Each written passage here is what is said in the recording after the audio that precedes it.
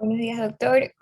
Nuestro tema es la continuación de lo que serían las glándulas suprarrenales y también vamos a hablar un poco acerca de las funciones reproductoras y hormonales masculinas. Nosotros somos de su grupo número 8 y mi nombre es Ana Quinto y voy a empezar con lo que sería el mecanismo celular de la acción de la aldosterona. Bien.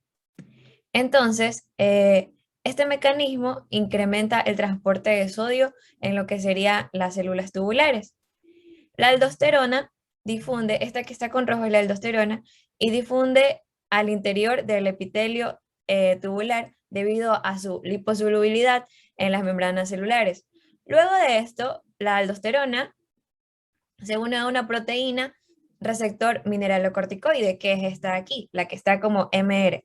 Aquí se va a estar uniendo y esta es una proteína que solo la aldosterona o compuestos muy parecidos se van a unir a esta. Y lo que va a estar formando sería el complejo aldosterona receptor, el cual difunde al interior del núcleo, donde sufren nuevas alteraciones para, por último, inducir la síntesis de uno o más tipos de ARN mensajeros relacionados con lo que sería el transporte de sodio y potasio. Y bueno, ya después de esto, el ARN mensajero que ya pasa por el citoplasma, abandona lo que sería el núcleo, donde en colaboración con ribosomas induce la formación de lo que serían proteínas. Las proteínas así formadas van a consistir en una o más enzimas o también en proteínas transportadoras de membrana cuya presencia conjunta es imprescindible para el transporte de lo que sería transporte tanto de sodio, de potasio, de hidrógeno a través de las membranas. Bien, una de las enzimas que aumenta en mayor medida en este mecanismo de acción de la aldosterona, vamos a tener que es el ATP de sodio y potasio, que actúa como un elemento principal de bomba de intercambio de sodio y potasio en la membrana basolateral de las células tubulares renales. Otras proteínas son las de canal de sodio epitelial insertada en lo que sería la membrana luminal de las mismas células tubulares y que facilitan la difusión rápida de los iones de sodio desde la luz del túbulo hacia la célula. Luego, la bomba de sodio y potasio, situada en la membrana basolateral de la célula, bombea el sodio durante el resto del trayecto. Entonces, la aldosterona no posee un efecto inmediato importante sobre el transporte de sodio, sino que su acción depende de la secuencia de acontecimientos que conduce a la formación de lo que serían las sustancias intracelulares necesarias para el transporte del ion. Se precisa unos 30 minutos para producir un nuevo ARN dentro de lo que sería la célula y unos 45 minutos para aumentar el transporte de sodio. Y el efecto máximo solo se alcanza al cabo de unas horas.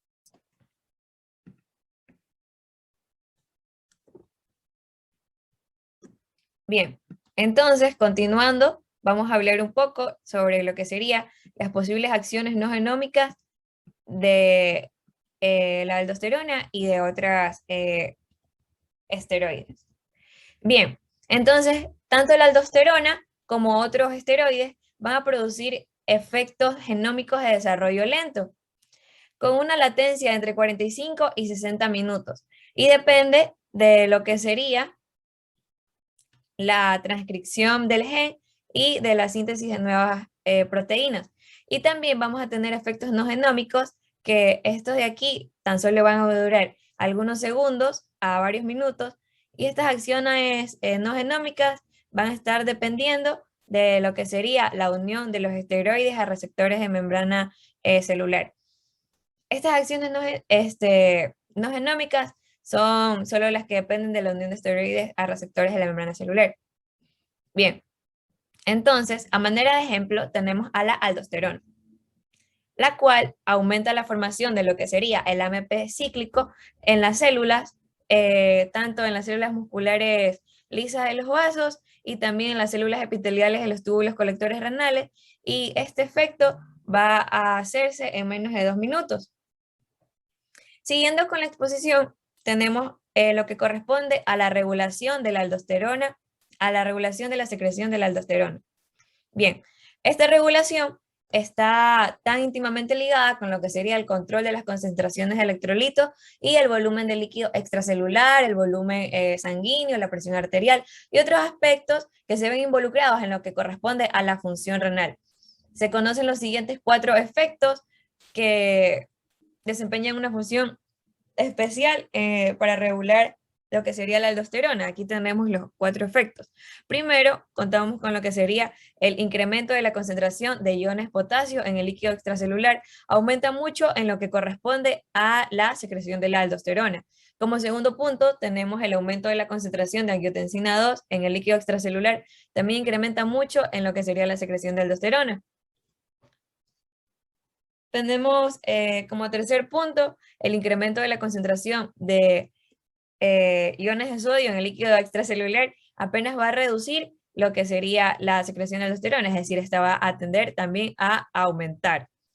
Y por último, pero no menos importante, tenemos Guyton, nos dice que se necesita corticotropina de la adenohipófisis para que haya secreciones de aldosterona, aunque su efecto regulador sobre la velocidad de secreción es el mínimo en la mayoría de los trastornos fisiológicos, es decir, de esta ACTH, de la corticotropina.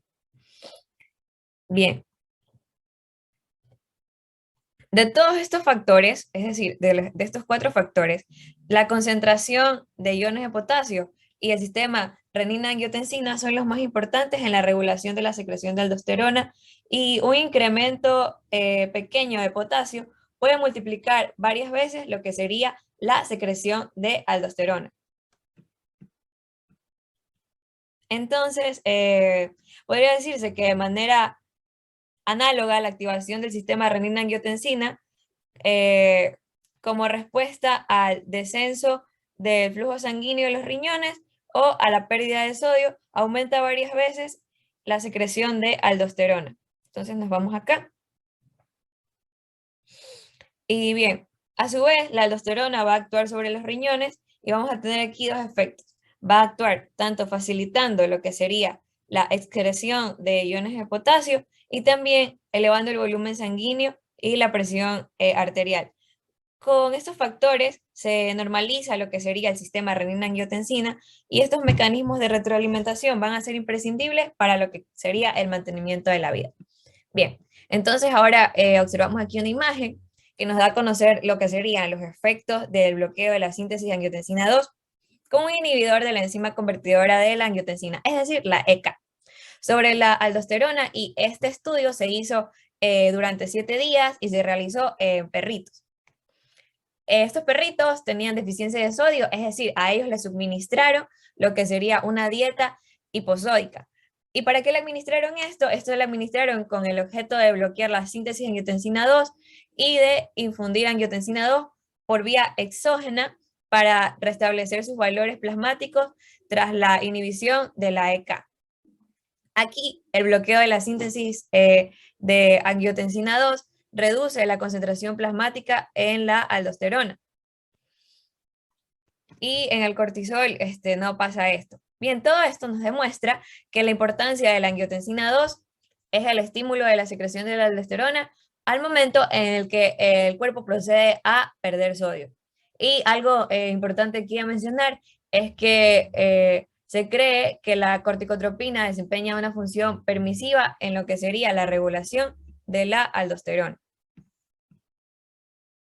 Ahora vamos a hablar un poco sobre lo que serían las funciones de los glucocorticoides. Bien, entonces, aquí los mineralocorticoides, estas aquí van a ser hormonas secretadas por lo que sería la capa glomedular de la corteza suprarrenal, y al menos el 95% de la actividad de glucocorticoides, de la secreción, de las secreciones córtico-suprarrenales, se va a deber a lo que sería la secreción del cortisol y también la corticosterona, que tiene una actividad glucocorticoide importante. Entonces aquí vamos a ver ahora lo que sería el efecto del cortisol sobre el metabolismo, tanto del metabolismo de los hidratos de carbono, los metabolismos de las proteínas y por último el metabolismo de las grasas. Entonces, vamos a comenzar con lo que sería los efectos del cortisol sobre el metabolismo de los hidratos de carbono. Bien, aquí vamos a tener tres apartados. Vamos a tener la estimulación de la glucogenia, vamos a tener la disminución de la utilización celular de la glucosa y por último vamos a tener en este apartado de los hidratos de carbono, vamos a tener el incremento de la glucemia y diabetes suprarrenal. Entonces vamos a empezar con la estimulación de la glucogenia. El efecto metabólico más conocido del cortisol y de otros glucocorticoides consiste en estimular la glucogenia en el hígado, es decir, la formación de hidratos de carbono a partir de las proteínas y de otras sustancias. El ritmo de la glucogenia tiende a elevarse entre 6 a 10 veces. Este aumento del ritmo de la glucogenia se debe a los efectos directos del cortisol en el hígado y a la antagonización de los efectos de insulina. Bien, entonces, aquí vamos a tener tres apartados también, como subapartados. Aquí vamos a tener el primero, que sería el cortisol aumenta las enzimas que convierten los aminoácidos en glucosa dentro de los hepatocitos. ¿Qué nos quiere decir esto? Este efecto se debe a la capacidad de los glucocorticoides para activar lo que sería la transcripción del ADN en el núcleo del hepatocito. De la misma manera que la aldosterona actúa en las células del túbulo renal, se va a formar lo que sería ARN mensajero, que a su vez van a dar origen al conjunto de las enzimas necesarias para la gluconeogenia. Bien, como segundo efecto, tenemos que el cortisol moviliza los aminoácidos de los tejidos extrahepáticos. Y esto se da sobre todo en los tejidos del músculo. Esto lo hace porque llegan los aminoácidos del plasma para de esta manera poder incorporarse a la gluconeogenia hepática y facilitar la formación de glucosa. Y el último efecto aquí sería que el cortisol antagoniza los efectos de la insulina para inhibir la gluconeogenia y esto se da también en el hígado. La insulina estimula la síntesis de glucógeno en el hígado e inhibe las enzimas que intervienen en la generación de glucosa por parte del hígado. El efecto neto del cortisol es un aumento en la producción de glucosa en el hígado. Y bien, hay otro efecto que se va a producir aquí y es un efecto que se produce cuando no estamos comiendo, es decir, entre comidas. Lo que sucede aquí es que el aumento llamativo del depósito de glucógeno en los hepatocitos, que acompaña el incremento de la gluconeogenia, potencia los efectos de otras hormonas glucolíticas, tales como la adrenalina, el glucagón, y esto lo hace con el fin de poder movilizar la glucosa en los periodos de necesidad, es decir, en los periodos que estamos entre comida y lo necesitemos, es decir, que el cuerpo necesite. Bien, siguiendo, vamos a tener lo que corresponde a la disminución de la utilización celular de la glucosa. Aquí el cortisol también reduce en grado moderado. Bueno, aquí el cortisol también se va a reducir en grado moderado y la utilización de glucosa por la mayoría de las células del cuerpo. Un efecto importante del cortisol es la reducción de la translocación de transportadores de glucosa, es decir, los GLUT4. Y esto va a ser en la membrana celular, en especial en las células del músculo esquelético, lo que conduce a una resistencia a lo que sería la insulina. Por otra parte, los glucocorticoides también disminuyen la expresión y la fosforilación de otras cascadas de señalización que influyen en la utilización de glucosa, ya sea de manera directa o de manera indirecta, al afectar a lo que sería el metabolismo de las proteínas y también el metabolismo de los lípidos. Bien, ahora tenemos lo que sería el incremento de la glucemia y diabetes suprarrenal. Básicamente lo que nos dice esto es que el incremento de glucemia nos va a conducir a una diabetes suprarrenal. ¿Y cómo es esto? Entonces, el incremento de la glucemia se debe tanto al incremento de la gluconeogenia como a la reducción moderada de utilización de células de la glucosa. A su vez, el aumento de concentración de glucosa estimula lo que sería la secreción de insulina. Sin embargo, la elevación de los valores plasmáticos de insulina no resulta tan eficaz para mantener la glucosa plasmática como en condiciones normales. Entonces, los valores, bien, entonces los valores elevados de glucocorticoides van a reducir la sensibilidad de muchos tejidos, en especial en el músculo esquelético y del tejido adiposo. Y a los efectos favorecedores, por así decirlo, de la captación y utilización de glucosa característicos de la insulina. Además, que los posibles efectos directos del cortisol en la expresión de los transportadores de glucosa podrían alterar las acciones de la insulina sobre los tejidos. Es por esto que la secreción de glucocorticoides provocaría lo que serían anomalías del metabolismo de los hidratos de carbono muy parecidas a las que se observan en lo que serían los pacientes con exceso de hormona del crecimiento. Bien, el incremento de glucemia alcanza a veces tal proporción que va a ser el 50% o más, pasándose el límite normal, obviamente, que llega a un estado conocido como diabetes suprarrenal. Bueno, en esta diabetes suprarrenal, la administración de insulina va a reducir lo que sería la glucemia solo de manera moderada. Y esto no se reduce tanto como en la diabetes pancreática porque los tejidos adquieren resistencia a los efectos de la hormona. Ahora seguimos con las funciones de los glucocorticoides, pero ahora nos falta lo que serían proteínas y grasas. Ahora vamos a ver lo que serían las proteínas. Bien, entonces aquí vamos a tener, al igual que en el anterior, tres apartados, por así decirlo.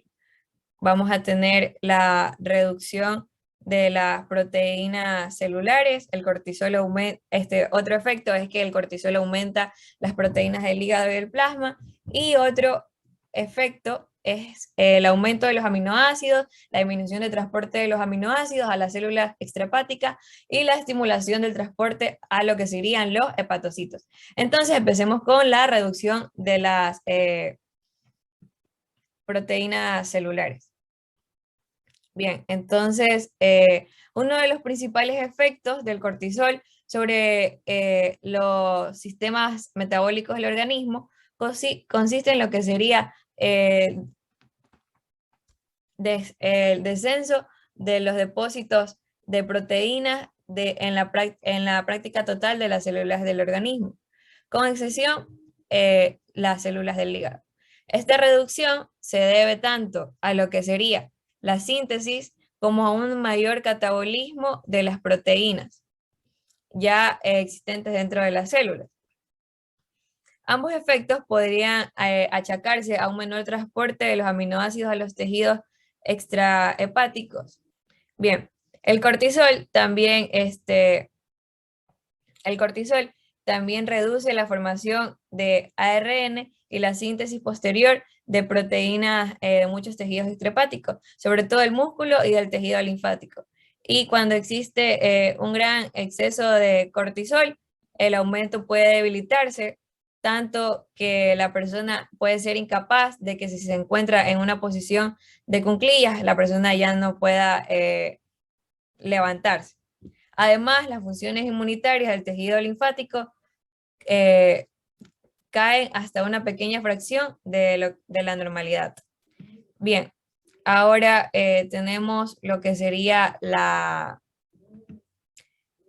el cortisol, aumenta las proteínas del hígado y del plasma. Bien, el cortisol, al mismo tiempo que el efecto de los glucocorticoides reduce las proteínas de otros lugares del organismo, el cortisol estimula la producción de proteínas en el hígado y las proteínas del plasma, que estas van a estar formadas por el hígado y liberadas a la sangre. Estas también van a aumentar. estos incrementos suponen una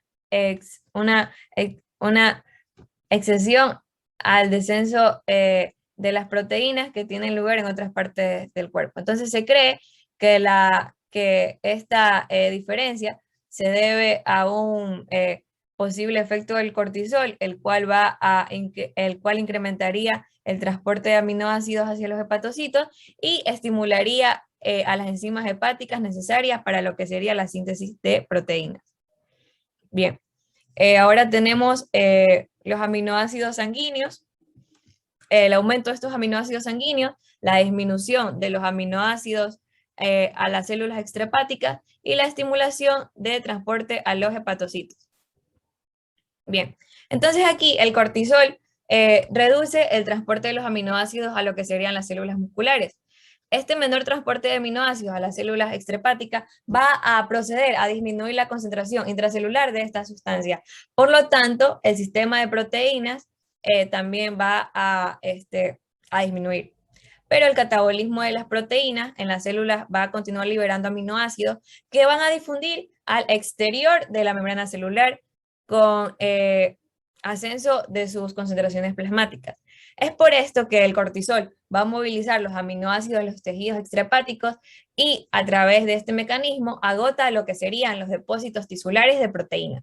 El incremento de la concentración plasmática de los aminoácidos y su transporte hacia los hepatocitos por el cortisol, entonces nos explicaría el mayor uso de aminoácidos por el hígado y vamos a tener aquí los efectos. Vamos a tener aquí 4 efectos, los cuales van a ser el incremento de desaminación de los aminoácidos en el hígado. Otro efecto sería el aumento de la síntesis hepática de proteínas. Otro efecto sería el aumento de la formación hepática de proteínas plasmáticas. Y otro efecto sería el incremento de la gluconogenia, es decir, el aumento de la conversión de los aminoácidos en glucosa. Es por esto que muchos de los efectos del cortisol sobre los sistemas metabólicos del organismo obedecen a la capacidad del cortisol para movilizar a los aminoácidos de los tejidos periféricos y esto a su vez, es decir, al mismo tiempo, incrementan las enzimas hepáticas necesarias para los efectos anteriores, es decir, los 4 efectos que acabo de mencionar. Bien, como último punto de las funciones de los glucocorticoides, vamos a ver lo que serían los efectos del cortisol sobre el metabolismo de las grasas. Aquí solo vamos a tener 2 efectos que van a ser la movilización de los ácidos grasos y el exceso de cortisol va a inducir a la obesidad. Entonces, vamos con la movilización de los ácidos grasos. Aquí el cortisol moviliza los ácidos grasos del tejido adiposo.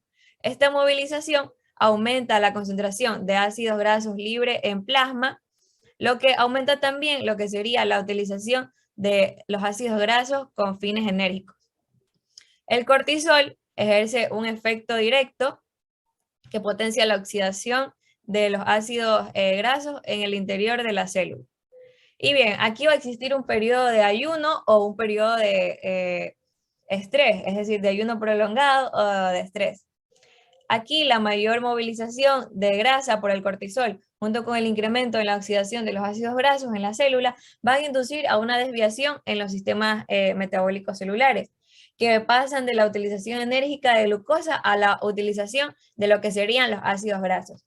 Este mecanismo del cortisol tardaría varias horas en manifestarse y no es tan rápido ni tampoco es tan potente.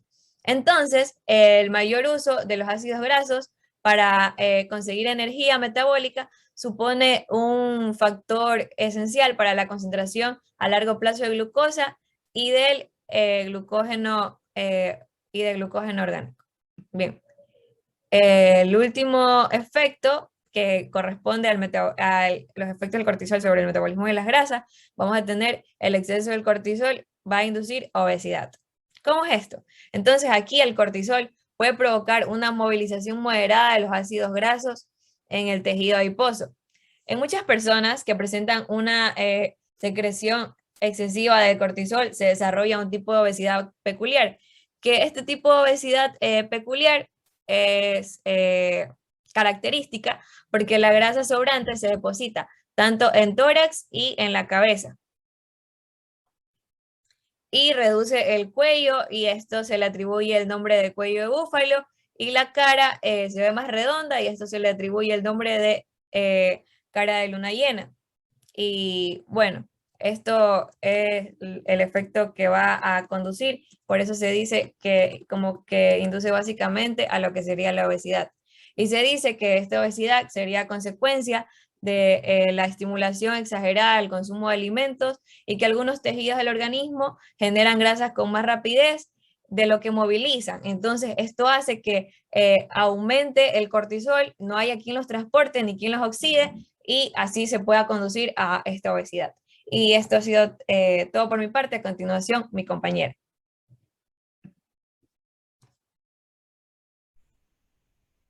Buenas tardes, mi nombre es Nicole Mafut y yo voy a continuar con la exposición. Bueno, el cortisol es importante para resistir el estrés y la inflamación. Y esto quiere decir que cualquier tipo de estrés, ya sea físico o neurógeno, va a provocar un aumento inmediato y notable de la secreción de la hormona adrenocorticotrópica por la hipófisis. Y después de unos minutos vamos a tener una secreción considerable de cortisol por la corteza suprarrenal. Bueno, van a ser muchos los tipos de estrés que aumentan la liberación de esta hormona, ya sea un traumatismo, una infección, calores intensos o cirugías, entre otros. Los efectos antiinflamatorios de las concentraciones altas de cortisol, esto quiere decir que cuando un tejido sufre daño en caso de un traumatismo o alguna infección bacteriana, el tejido pues se inflama. Y la administración de grandes cantidades de cortisol permite bloquear esta inflamación o incluso también revertir muchos de sus efectos una vez iniciada. Bueno, como sabemos, la inflamación tenía 5 etapas importantes, que era la liberación por las células dañadas del tejido de sustancias químicas que van a activar un proceso inflamatorio, como la histamina, la radicina, entre otras. También vamos a tener lo que es el eritema, luego va a haber una salida de grandes cantidades de plasma desde los capilares hacia las zonas dañadas, y luego un aumento de la permeabilidad capilar, seguida de la coagulación del líquido tisular. Luego tendremos la infiltración de la zona por los leucocitos, y por último, va a haber un crecimiento de un tejido fibroso después de unos días o semanas para así ya contribuir a lo que es la cicatrización. Entonces, cuando se secretan o inyectan grandes cantidades de cortisol a una persona, va a ejercer dos efectos antiinflamatorios. Primero, va a bloquear las primeras etapas del proceso inflamatorio antes incluso de que la inflamación se inicie. O segundo, puede, ya que si la inflamación ya se ha iniciado, va a favorecer la desaparición rápida de la misma y va a acelerar el proceso de cicatrización. El cortisol pues, va a impedir la inflamación por diferentes efectos. Entre estos efectos preventivos vamos a tener que estabiliza las membranas lisosómicas. Este de aquí es el de mayor interés porque aumenta la resistencia a la ruptura de las membranas de los lisosomas intracelulares. Por tanto, en las células dañadas se produce una importante disminución de la liberación de casi todas las enzimas proteolíticas que inducen a la inflamación y que se encuentran normalmente en los lisosomas. Reduce la permeabilidad de los capilares, esto quizás como un efecto secundario de la menor liberación de las enzimas proteolíticas, lo que va a impedir la salida del plasma hacia los tejidos. Va a disminuir la migración de los leucocitos a la zona inflamada y la fagocitosis de las células dañadas. Estas acciones pues, se deben al descenso de la síntesis de las prostaglandinas y los leucotrienos, que de otra manera estas incrementarían la vasodilatación, la permeabilidad capilar y la movilidad de los leucocitos. También este va a inhibir el sistema inmunitario y reduce lo que es la multiplicación de los linfocitos, en especial de los T. A su vez, pues, la menor cantidad de linfocitos T y anticuerpos en la zona inflamada amortiguan las reacciones tisulares que de otro modo fomentarían la inflamación. Y por último, el cortisol va a disminuir la fiebre, sobre todo porque se va a producir se reduce la liberación de la interleucina 1 por los leucocitos. Siguiente diapositiva, por favor. Bueno, entonces vamos a tener que el cortisol en sí va a resolver la inflamación. Incluso después de establecida la inflamación, la administración de cortisol puede reducirla en un paso de horas a días. Esta va de una manera inmediata a bloquear casi todos los factores que fomentan este proceso, pero también aceleran la cicatrización. Es probable que esto resida en los factores que permiten al organismo resistir muchos otros tipos de estrés físico cuando se secretan grandes cantidades de cortisol. Quizás se debe a lo que es la movilización de los aminoácidos y su uso para reparar los tejidos dañados, al incremento de la glucogenia, que va a suministrar una glucosa adicional a los sistemas metabólicos en estado crítico, al aumento de los ácidos grasos disponibles para la energía celular, o también algún otro efecto de este que inactiva o elimina los productos inflamatorios. Esta actividad resulta esencial en ciertas enfermedades como la artritis reumatoide, la fiebre reumática y la glomerulonefritis aguda. Todas estas pues se caracterizan por una grave inflamación local y sobre todo por la inflamación y en menor medida por otros mecanismos. Si se administra cortisol u otros glucocorticoides a los pacientes con estas enfermedades, la inflamación que las características va a remitir de manera casi invariable a 24 horas. Además, si bien el cortisol no corrige la enfermedad subyacente, solamente evita los efectos nocivos de esta respuesta inflamatoria, esta medida puede salvar a menudo la vida de un paciente. En otros efectos de este cortisol vamos a ver que bloquea la respuesta inflamatoria a las reacciones alérgicas. El cortisol no influye en la reacción alérgica básica entre el antígeno y el anticuerpo, por lo que incluso puede observarse algunos efectos secundarios de la reacción alérgica. Sin embargo, como la respuesta inflamatoria causa muchos de los efectos graves y a veces mortales de las reacciones alérgicas, la administración de cortisol seguida de su efecto antiinflamatorio y de la menor liberación de productos inflamatorios puede salvar la vida del paciente. Por ejemplo, en el caso del shock o la muerte por anafilaxia, el cortisol pues, puede salvar la vida de este paciente. También va a tener un efecto sobre las células sanguíneas y sobre la inmunidad a las enfermedades infecciosas. El cortisol va a reducir el número de eosinófilos y de linfocitos de la sangre. Este efecto va a comenzar a los pocos minutos de la inyección de la hormona y se acentúa después de unas horas. Tenemos que la detección de la linfocitopenia o de la eosinopenia constituye un criterio diagnóstico importante cuando se trata de la hiperproducción de cortisol por la glándula suprarrenal. De una forma análoga, la administración de grandes dosis de cortisol induce una atrofia importante de todos los tejidos linfáticos del organismo, lo que a su vez reduce la producción de linfocitos T y anticuerpos por estos tejidos. El resultado va a ser un descenso de la inmunidad frente a casi todos los invasores extraños. A veces esta situación puede llevar a infecciones fulminantes y a la muerte por enfermedades que de otro modo no resultarían letales, como una tuberculosis fulminante de una persona cuya enfermedad se haya controlado con anterioridad. Por el contrario, esta capacidad de cortisol y de otros glucocorticoides para suprimir la inmunidad hace de ellos una forma de gran valor en lo que es la prevención del retroceso inmunitario de corazones, riñones u otros tejidos trasplantados. Y también tenemos que el cortisol va a fomentar la producción de eritrocitos por mecanismos desconocidos. Cuando las glándulas suprarrenales secretan un exceso de cortisol, suele observarse policitemia. Y cuando estas dejan de serlo, pues va a aparecer una anemia. Siguiente diapositiva, por favor.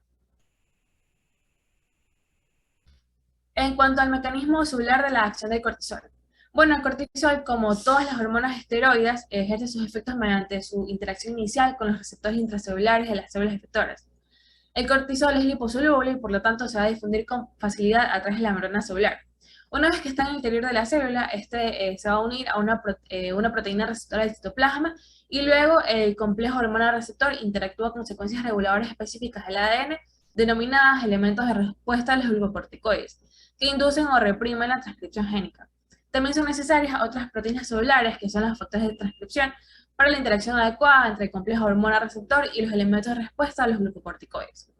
Estos glucocorticoides van a fomentar o reducir la transcripción de muchos genes que alteran la síntesis del ARN mensajero de proteínas mediadoras de numerosos efectos fisiológicos. Entonces vamos a ver que los efectos metabólicos del cortisol no son inmediatos, sino que tardan de 45 a 60 minutos en manifestarse, o incluso pueden llegar a tardar horas hasta días. Siguiente diapo, por favor.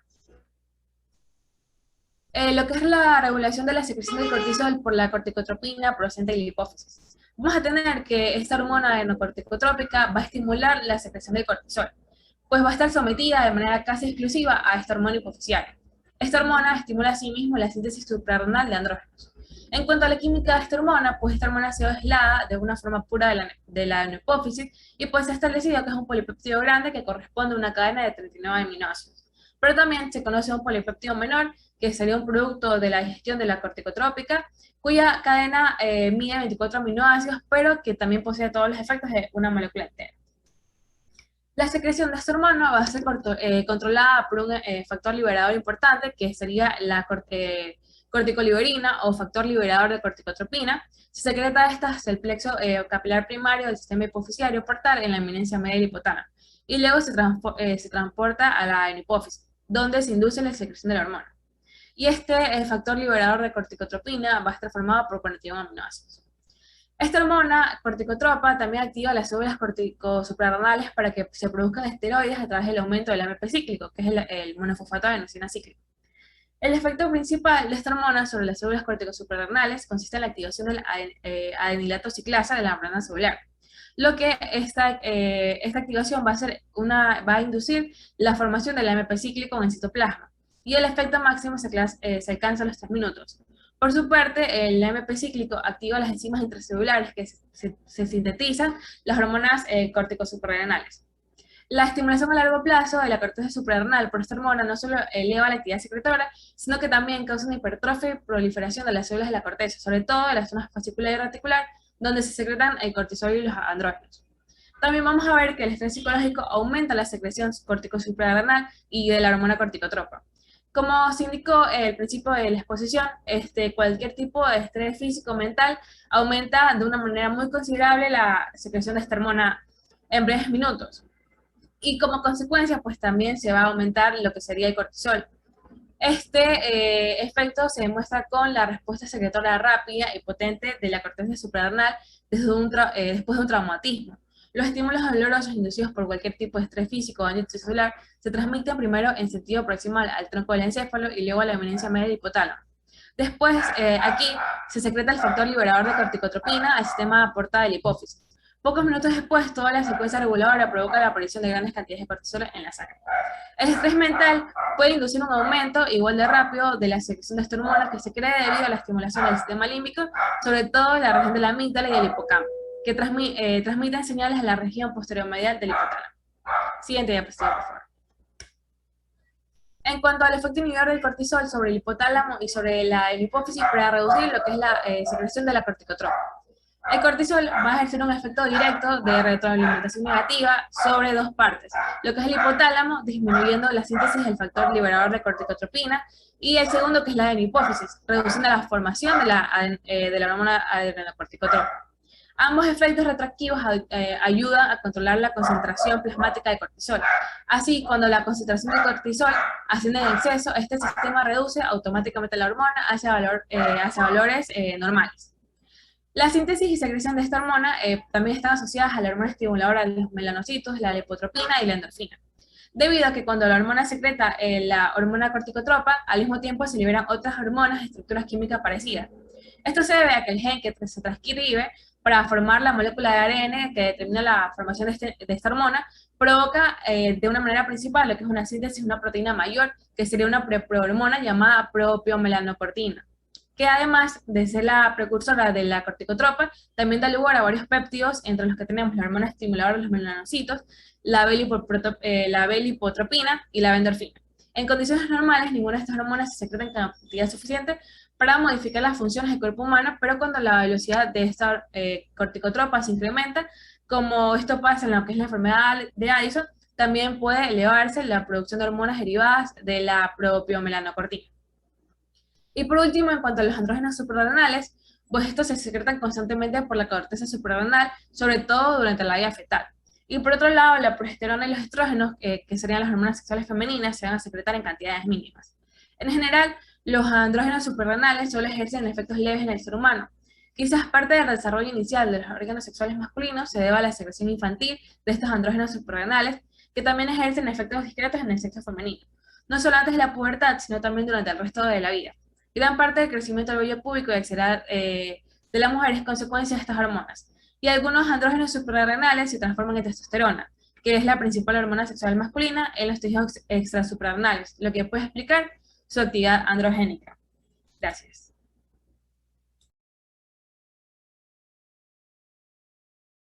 Buenas tardes, yo voy a continuar con la exposición y mi tema es de la neurohipófisis y su relación con el hipotálamo. Aquí, la neurohipófisis va a estar denominado también como hipófisis posterior o lóbulo posterior de la hipófisis.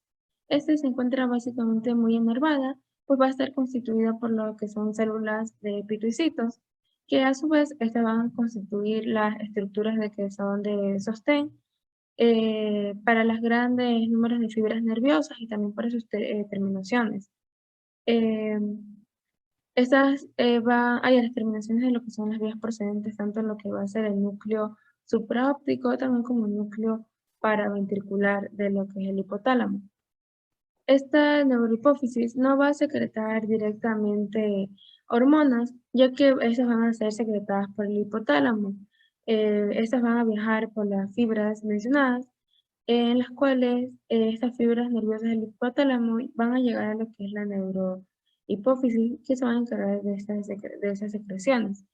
Estas terminaciones van a reposar sobre lo que son la superficie de los capilares, hacia lo que secretan dos hormonas específicamente, que es la hormona antidiurética y la hormona de oxitocina.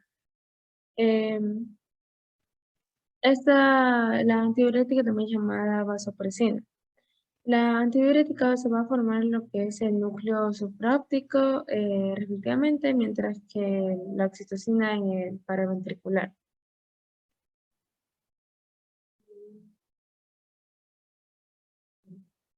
Respecto a las funciones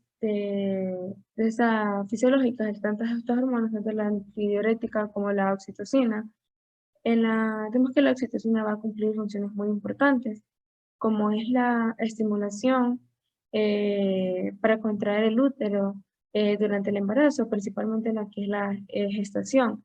Se ha llegado a concluir que esta oxitocina va a ser prácticamente gran parte importante de papel a lo que es responsable a la inducción del parto, mientras que la estimulación también va a ayudar a lo que es la expulsión de la leche por las mamas. Va a tener una actuación tanto de los alvéolos hasta el conducto mamario hasta llegar hasta el digestivo del bebé. Ya. Mientras tenemos que la hormona antidiurética, esta se va a encargar de absorber el agua en los túbulos renales. Por lo tanto, la secreción de esta hormona va a ser el aumento de la osmolaridad de lo que es el núcleo extracelular.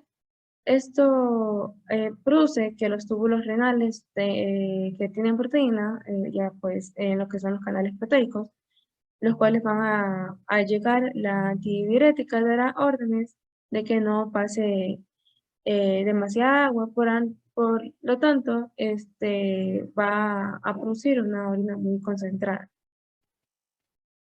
Respecto a la regulación de la producción de la antidiurética, eso va a producir lo que es un aumento de presión arterial, por lo que es la osmolaridad, pues se enfoca en el líquido extracelular partiendo desde la presión normal del cuerpo. Esta presión tiende a aumentar en lo que son los cambios de una presión baja, se va a secretar lo que es más o esta hormona, mientras que cuando existe una retención de agua, así los líquidos van a poder llegar a su presión arterial normal.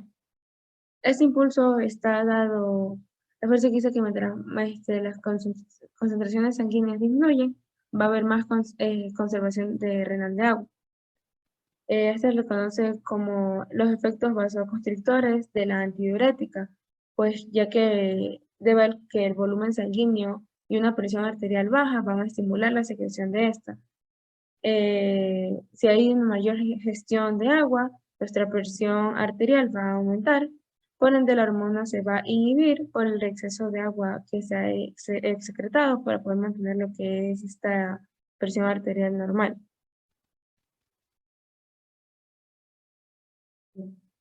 Para hablar acerca de las funciones reproductoras y hormonales masculinas. En estas funciones en general se puede dividir como tres temas importantes a acabar, lo que es principalmente la espermatogenia, que significa que va a ser la formación de los espermatozoides.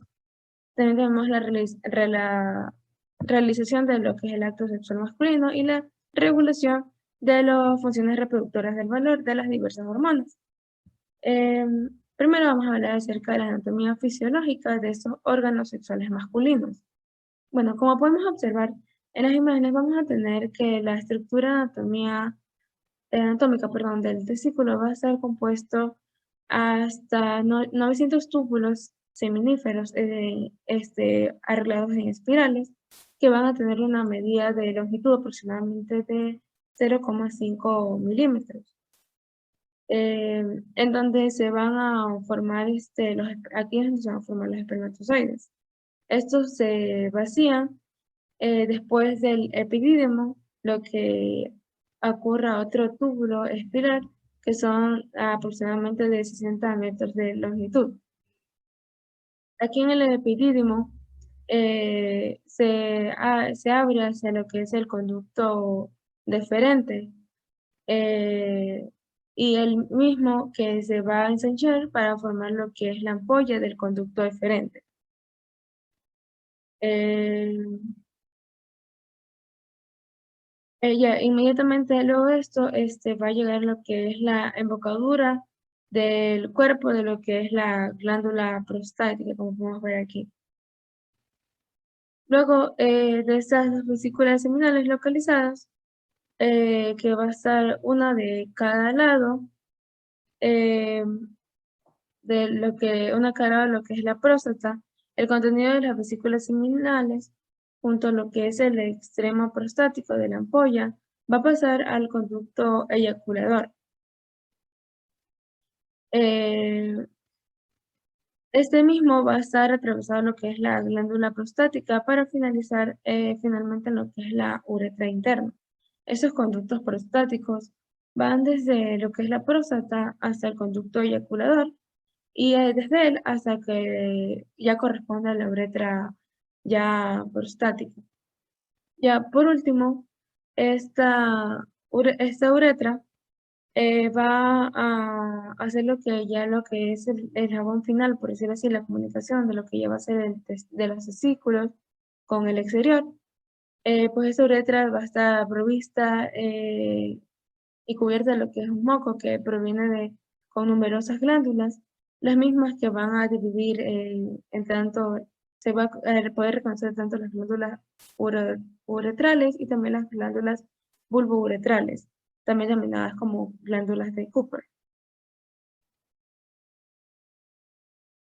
Respecto a la espermatogenia, eh, durante este proceso de formación del embrión de las células germinales, aquí las células estas germinales primordiales van a migrar hacia lo que son los testículos y se van a convertir en células germinales inmaduras, a lo que pasan a ser las llamadas espermatogonias, que se van a ocupar eh, las 2 o 3 capas más internas a los que va a corresponder a los túbulos seminíferos. Dentro de los pasos para esta espermatogenia, va a tener lugar, pues como ya mencioné, en los túbulos seminíferos, durante exista la vida sexual activa. Como consecuencia de esta estimulación por las hormonas gonadotrópicas de la adenopófisis, va comenzando por lo que es el término medio de alrededor de unos 13 años, continuando así por el resto de la vida. En esta primera fase, las espermatogonias van a migrar hacia la luz central, de lo que es el túbulo seminífero, también se puede observar las células de Sertoli. Estas células de Sertoli son más grandes y van a tener aquí, bueno, esas células de Sertoli son más grandes que las espermatogonias y van a estar cubiertas también de citoplasma y que son redundantes y que rodean también a las espermatogonias en lo que es el desarrollo hacia la luz central de lo que es el túbulo. En primer paso, vamos a encontrar lo que es el proceso de la meiosis, pues estas espermatogonias van a atravesar lo que es la barrera y van a penetrar en la capa de las células de Sertoli. Aquí se van a modificar progresivamente y aumentan de tamaño para formar los espermatocitos primarios grandes. Aquí cada uno de estos espermatocitos primarios se va a dividir también y va a formar a dos espermatocitos secundarios. Estos se dividen también para formar continuamente las espermátidas, que va a total de 4. Esas mismas también sufren varias modificaciones que acaban convirtiéndose finalmente en lo que conocemos como los espermatozoides. Las espermatogonias Cabe recalcar que estas espermatogonias van a sufrir o van a pasar por procesos de mitosis para poder convertirse en espermatocitos primarios, más no en meiosis. Ya todo este proceso de la espermatogenia, desde la espermatogonia hasta el espermatozoide, tiene una duración aproximadamente de 74 días. El siguiente tenemos a distinguir lo que son los cromosomas sexuales. Pues como ya tenemos conocimiento, en cada una de estas espermatogonias va a existir uno de los 23 pares de cromosomas en los que se transporta la información genética que determina el sexo del descendiente. Es por esto que va a estar compuesto de cromosoma X, denominado lo que es el cromosoma femenino, y un cromosoma Y, denominado lo que es el cromosoma masculino. Durante todo el proceso de la división meiótica, el cromosoma masculino se dirige a la espermátide, que se convierte en un espermatozoide masculino, mientras que el cromosoma femenino se va a convertir en otra espermátide, pero un espermatozoide aquí femenino. Vamos a ver. Finalmente, la formación del espermatozoide. Cuando las espermátides se forman por primera vez, esas tienen todavía las características de las células epiteliales, pero luego cada espermátide empieza a alargarse, a construir y a tener más forma lo que es el espermatozoide. Podemos establecer que estos espermatozoides van a estar conformados por dos elementos fundamentales y característicos, como vemos va a ser la cabeza y la cola o flagelo. Esta cabeza va a estar formada principalmente por un núcleo o celular o vacuola condensado y revestido tan solo por una capa fina de lo que es el citoplasma y de también lo que una membrana superficial en torno a lo que es la superficie. En la parte más externa de los 2/3 anteriores de la cabeza va a existir una capa gruesa denominada el acrosoma. En este consiste que en el aparato de Golgi, ese acrosoma contiene ciertos números de enzimas similares a lo que se encuentran en los lisosomos de las células típicas. Aquí podemos estar incluyendo la hialuronidasa, que se encarga de digerir los filamentos de protoglucanos, poderosas enzimas que también son protolíticas. También que pueden dirigir a lo que son las proteínas. Estas enzimas van a desarrollar un papel fundamental, pues permiten al espermatozoide, es el que permite que vaya a romper las barreras y entre al óvulo para poder fecundarlo. Y ahí por otro lado, tenemos a la cola del espermatozoide o flagelo, que va a constar de 3 componentes principales. Un esqueleto central que va a estar constituido, o cuello también se denomina, va a estar constituido por 11 aproximadamente microtúbulos o axonemas. Este axonema, su estructura va a ser similar a lo que son los cilios de las superficies en otras partes celulares.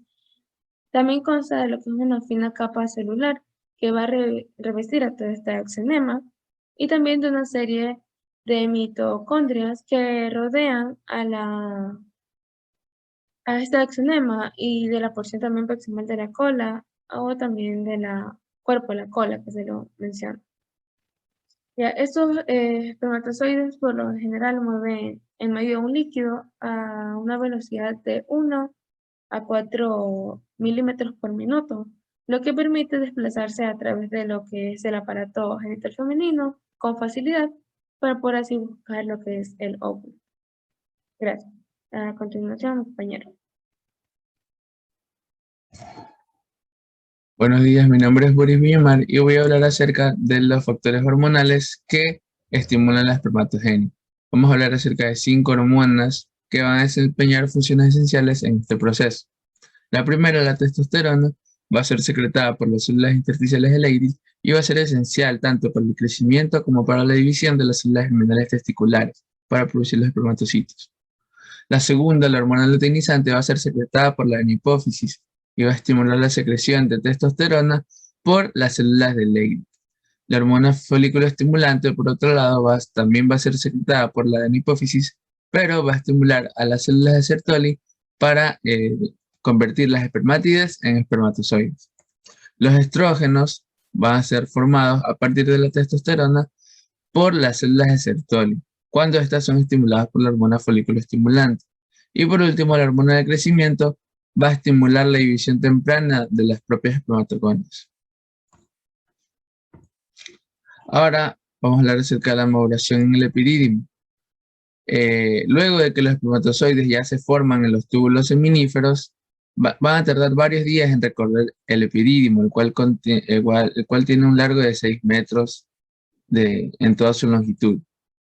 En primera instancia, los espermatozoides de las primeras porciones del epidídimo van a ser inmóviles e incapaces de fecundar un óvulo, pero van a desarrollar esta capacidad de motilidad luego de permanecer entre 18 y 24 horas en este.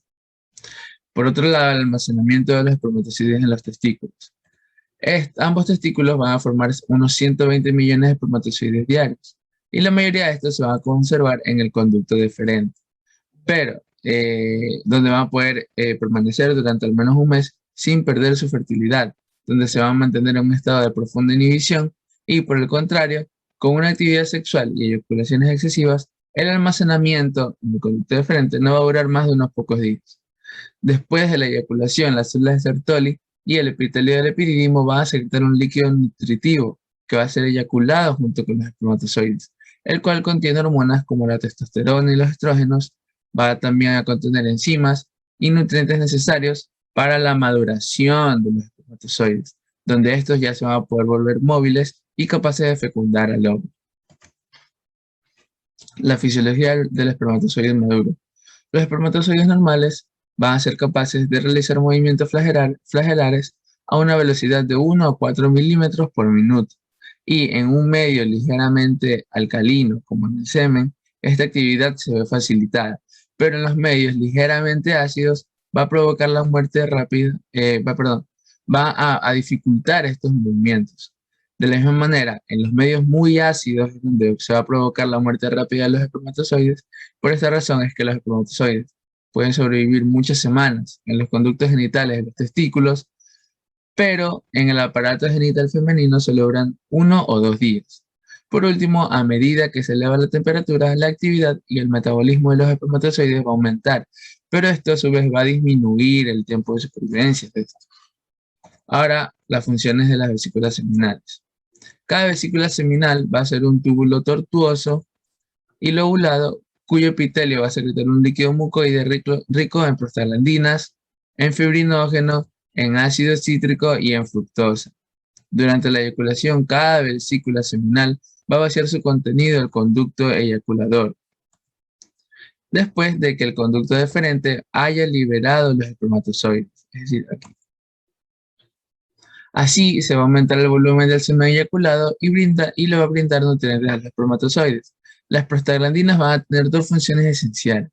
La primera es que van a reaccionar con el moco cervical femenino para hacerlo más receptivo al movimiento de los espermatozoides, y la segunda es que va a desencadenar contracciones peristálticas invertidas, tanto en el útero como en las trompas de falopio, para desplazar a los espermatozoides hacia los ovarios. Ahora, hablando acerca de la próstata, esta va a secretar un líquido lechoso, esta es la próstata. Esta va a secretar un líquido lechoso, el cual va a contener iones citrato, calcio y fosfato, una enzima de coagulación y una profibrinolicina. Durante la eyaculación, la cápsula de la próstata va a contraerse junto con el conducto deferente, miren por acá. Y así se va a expulsar este líquido prostático que contiene este órgano, lo que contribuye aún más al volumen del semen. Debido a que este líquido prostático es algo alcalino, también va a ayudar a neutralizar la acidez del líquido del conducto deferente y de las secreciones vaginales de la mujer, en la cual contiene un pH de 3.5 a 4. ¿Para qué nos sirve esto? Esto es esencial para facilitar la movilidad y fertilidad de los espermatozoides, ya que estos no pueden alcanzar una motilidad óptima hasta que el pH se eleve de 6 a 6,5, como vemos en las secreciones de la mujer, es muy bajo. Ahora, el semen, se compone de líquido y de los espermatozoides del conducto deferente en un 10%, el líquido de las vesículas seminales en un 60%, líquido de la glándula prostática en un 30% y en una pequeña cantidad del líquido de las glándulas vulvouretrales. El tiempo de vida de los espermatozoides va a depender de acuerdo al entorno en el que se encuentran. En los conductos genitales masculinos van a sobrevivir muchas semanas, pero una vez eyaculados en el semen va a durar solo de 24 a 48 horas. A su vez, cuando estos ya son eyaculados, pero se mantienen a bajas temperaturas, pueden durar varias semanas. Y cuando se encuentran en temperaturas inferiores a menos 100 grados Celsius, van a permanecer meses e incluso años. Ahora, la capacitación de los espermatozoides. Aunque se dice que los espermatozoides ya están maduros cuando abandonan el epidídimo, estos en realidad dependen mucho de las secreciones de los conductos genitales, por lo que van a ser incapaces de fecundar al óvulo una vez que son expulsados en el semen. Pero, al entrar en contacto con los líquidos del aparato genital femenino, se van a producir múltiples cambios, los cuales van a ayudar a los espermatozoides para los procesos finales de la fecundación, lo que se conoce como capacitación de los espermatozoides, el cual va a tardarse de 1 a 10 horas en producirse. Algunas de estas modificaciones son la eliminación de factores inhibidores. Tanto los líquidos del útero como de las trompas de falopio van a eliminar los factores inhibidores que mantienen reprimida la actividad de estos en los conductos genitales masculinos. También va a existir una debilitación de la membrana del acrosoma, ya que mientras los espermatozoides permanecen en los conductos genitales masculinos, van a estar expuestos a vesículas flotantes, las cuales van a tener una gran presencia de colesterol, el cual se va a añadir a la membrana celular que reviste el acrosoma del espermatozoide. ¿Para qué es esta acumulación de colesterol? Para fortalecer esta membrana del acrosoma e impedir que se liberen las enzimas. Pero una vez que los espermatozoides ya se encuentran en la vagina, pierden poco a poco el exceso de colesterol y al hacerlo, la membrana del acrosoma se va a debilitar mucho. Con esto va a provocar que la membrana que rodea las enzimas también se debilite. Entonces es una facilitación para la expulsión de las enzimas. Y por último tenemos que se va a producir el movimiento de latigazo. La membrana del espermatozoide se va a hacer mucho más permeable a los iones calcio, cuya acumulación dentro del espermatozoide va a modificar la actividad del flagelo, haciendo que éste adquiera una potente actividad de latigazo, en lugar del movimiento débil que presentaba antes. Estos iones también producen alteraciones en la membrana de la punta del acrosoma, con lo que facilita aún más la liberación de las enzimas cuando el espermatozoide trata de penetrar la zona pelúcida del óvulo. Ahora vamos a hablar acerca de las enzimas del acrosoma, la reacción del acrosoma y cómo éste penetra en el óvulo. En el acrosoma del espermatozoide van a existir dos tipos de enzimas, la hialuronidasa y enzimas proteolíticas. La hialuronidasa va a despolimerizar a los polímeros de ácido hialurónico que mantiene unidas a las células de la granulosa del ovario. Y por otro lado, las enzimas proteolíticas van a escindir las proteínas estructurales de los tejidos que están adheridos aún al óvulo. Pero para que ocurra la fecundación, va a tener que dar lugar la reacción del acrosoma, en la cual primero los espermatozoides comienzan a liberar pequeñas cantidades de hialuronidasa para disolver las capas de células de la granulosa que trae consigo el óvulo. Es decir, van a hacerse espacio entre estas células. Y después, la membrana del espermatozoide se va a unir a proteínas que se encuentran en la zona pelúcida para que luego todo el acrosoma se disuelva y se liberen todas estas enzimas. A su vez, estas enzimas lo que van a hacer es abrir una vía de penetración para el paso de la cabeza del espermatozoide hacia el interior del óvulo. Y luego de 30 minutos se van a fusionar las membranas de la cabeza del espermatozoide con la del ovocito, formando así una sola célula. Y En el momento que pasa esto, también se va a fusionar el material genético de cada célula para formar un genoma completamente nuevo, culminando así con la fecundación. Ahora, ¿pero por qué solo penetra un espermatozoide en el ovocito? Esto es porque después de la penetración del primer espermatozoide en la zona pelúcida del óvulo, se van a difundir iones calcio a través de la membrana del ovocito. Esto va a provocar que el ovocito libere gránulos corticales. ¿Cuál es la función de estos? Es que contienen sustancias que impiden la fijación de nuevos espermatozoides alrededor de toda la zona pelúcida, e incluso hace que los que ya se han unido se desprendan. Por último, vamos a hablar acerca de la espermatogenia normal. El epitelio de los túbulos seminíferos se puede destruir por enfermedades, como por ejemplo la artritis bilateral provocada por una parotiditis, por una degeneración del epitelio tubular secundaria a la estenosis de los conductos genitales y por último, por una temperatura excesiva de los testículos. Ahora vamos a hablar acerca del efecto de la temperatura sobre la espermatogenia. El aumento de la temperatura de los testículos puede impedir la espermatogenia y a su vez causar la degeneración de las espermatogonias y de las células de los túbulos seminíferos. Esta peligrosa diferencia de temperatura va a ser la razón por la cual los testículos están situados en el escroto, ya que esto les permite mantener una temperatura menor a 2 grados Celsius que la temperatura interna del cuerpo, y al contrario. Cuando existe una baja temperatura, los reflejos escrotales van a hacer que la musculatura del escroto se contraiga, acercando así los testículos al cuerpo para mantener esta diferencia de menos 2 grados Celsius en los testículos. La criptorquidia va a ser la falta de descenso de un testículo, o de ambos, desde el abdomen hacia el escroto en el periodo perinatal.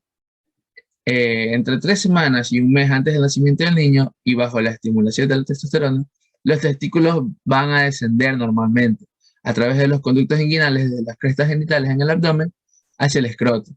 Pero cuando este descenso no se produce o es incompleto, los testículos van a permanecer en el abdomen, en el conducto inguinal o en otro punto de la ruta de descenso.